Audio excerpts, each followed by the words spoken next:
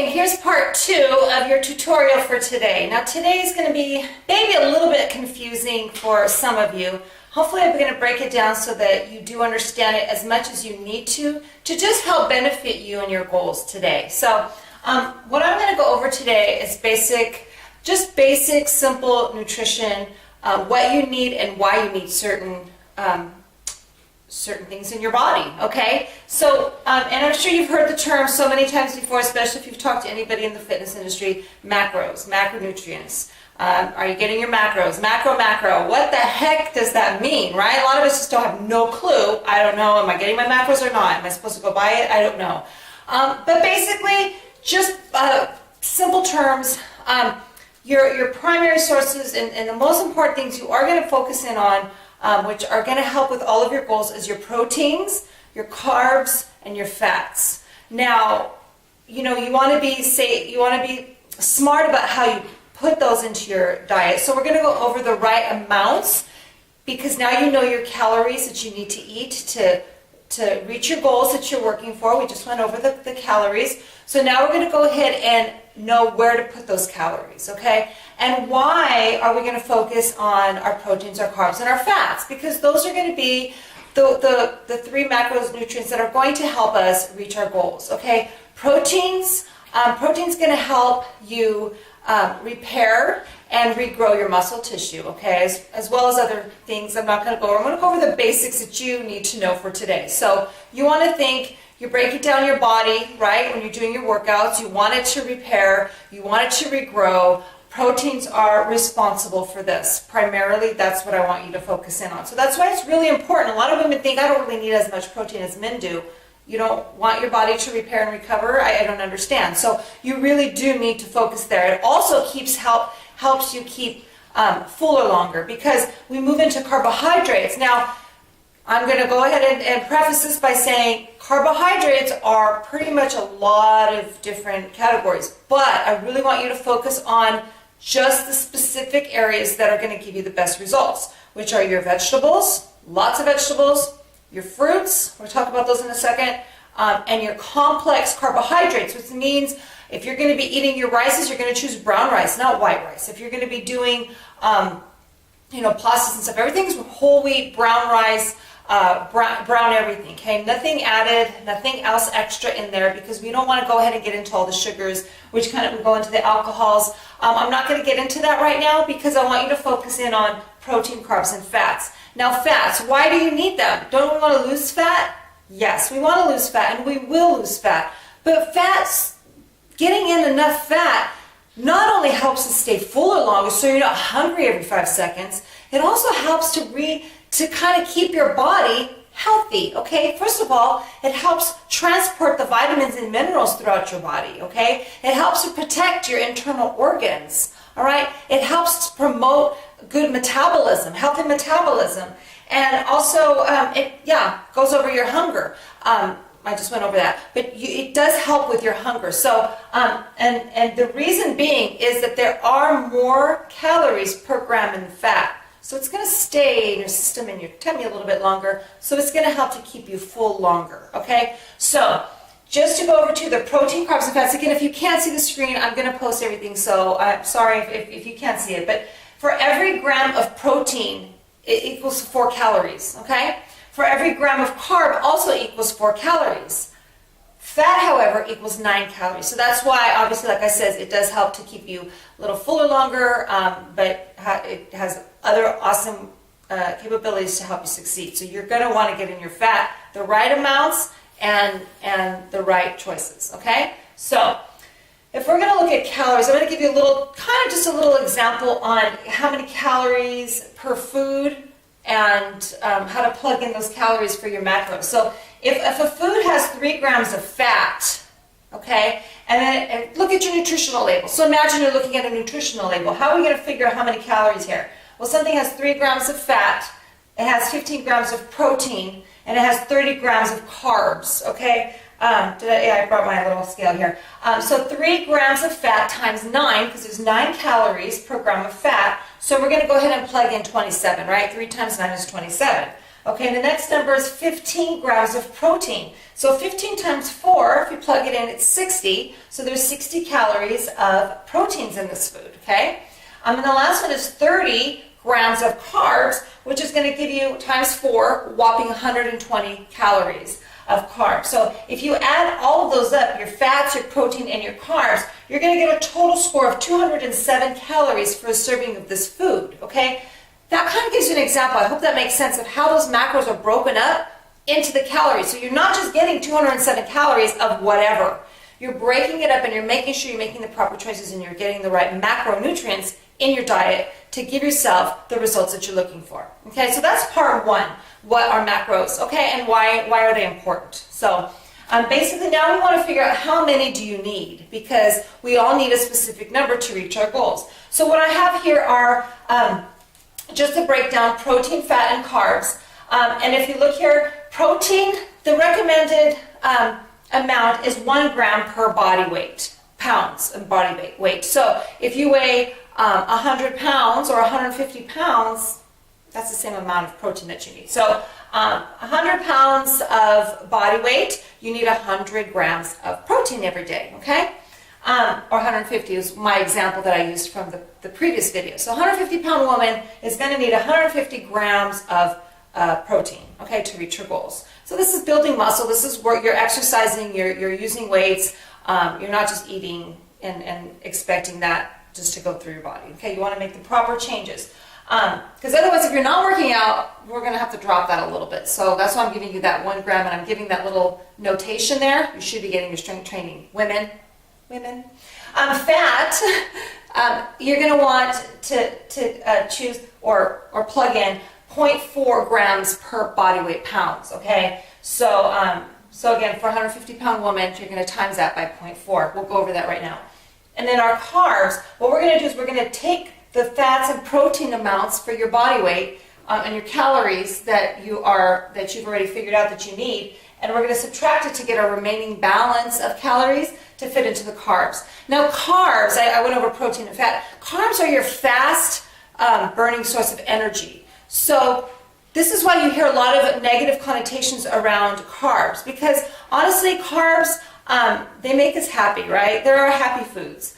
But what that also does for you is it gives you quick energy.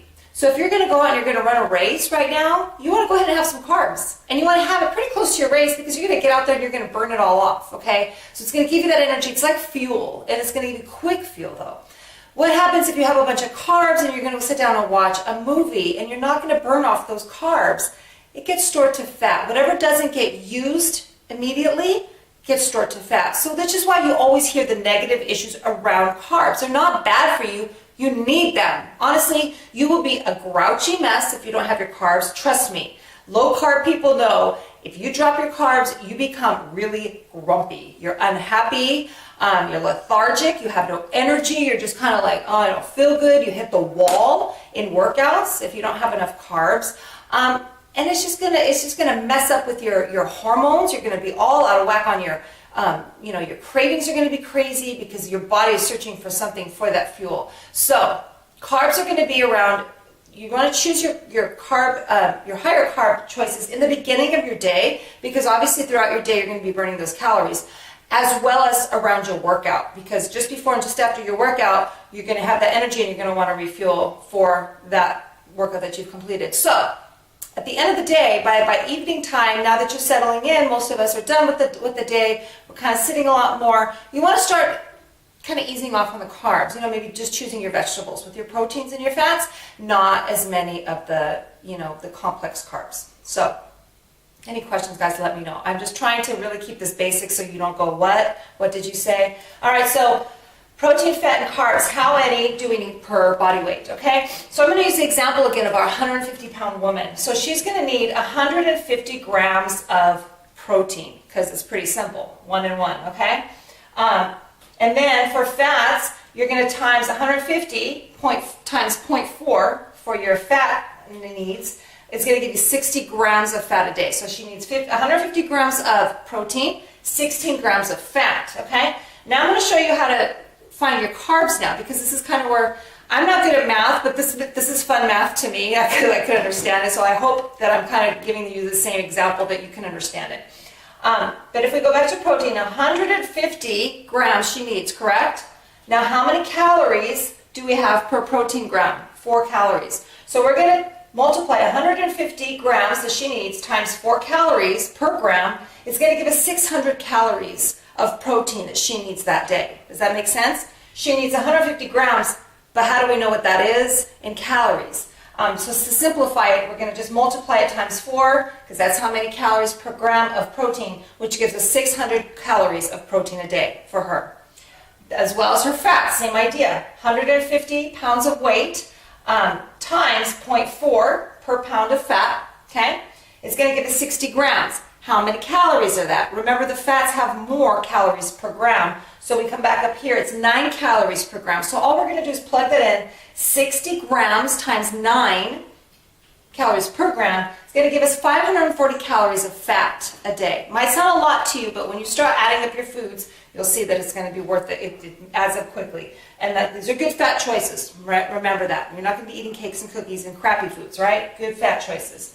So now we have our fat and our proteins. So we have 600 protein calories plus 540 fat calories.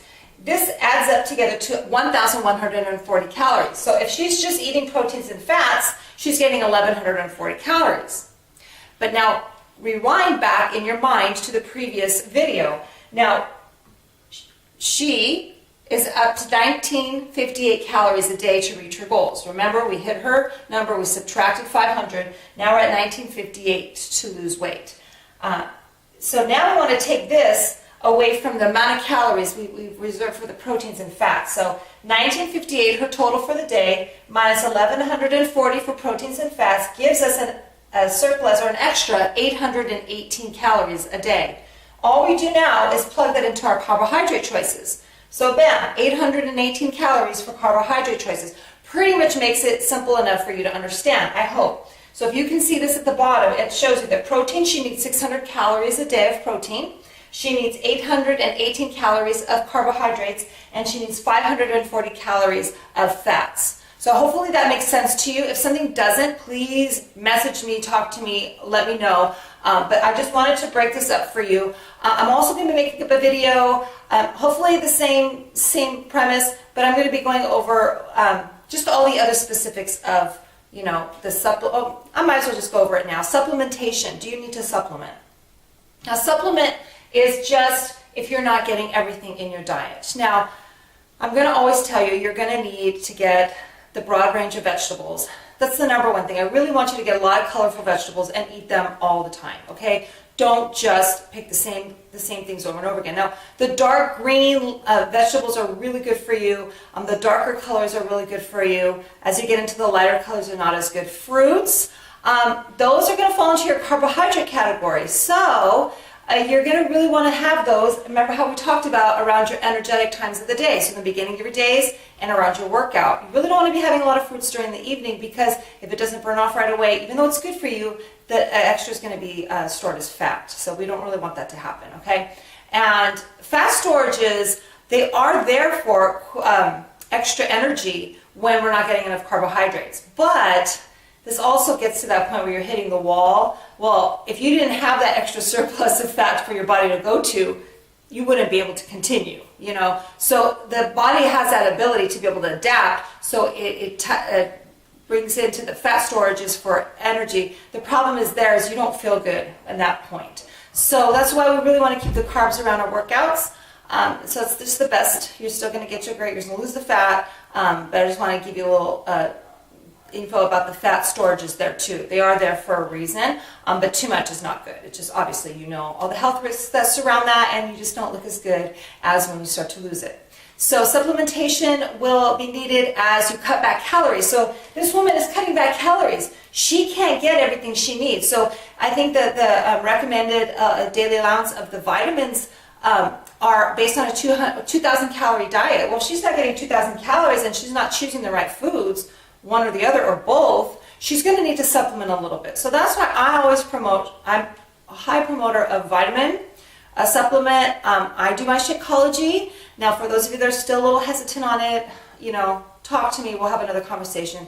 But this plus my multivitamin just makes me feel my best, makes me get my best results, and I don't have to go worrying about buying a lot of other supplements. So the supplement companies are going to go ahead and blast you need all of these products. You really don't. I mean, aside from maybe a whey protein, you're going to be okay. You know, whey protein too shouldn't be misused. It shouldn't be used throughout your day thinking this is my diet shake. It's not.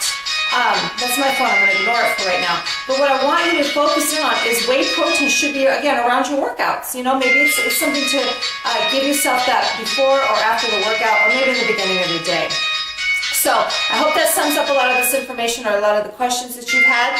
And I'm going to go turn off this video so I can go turn off that phone and let me know any of the questions you have below.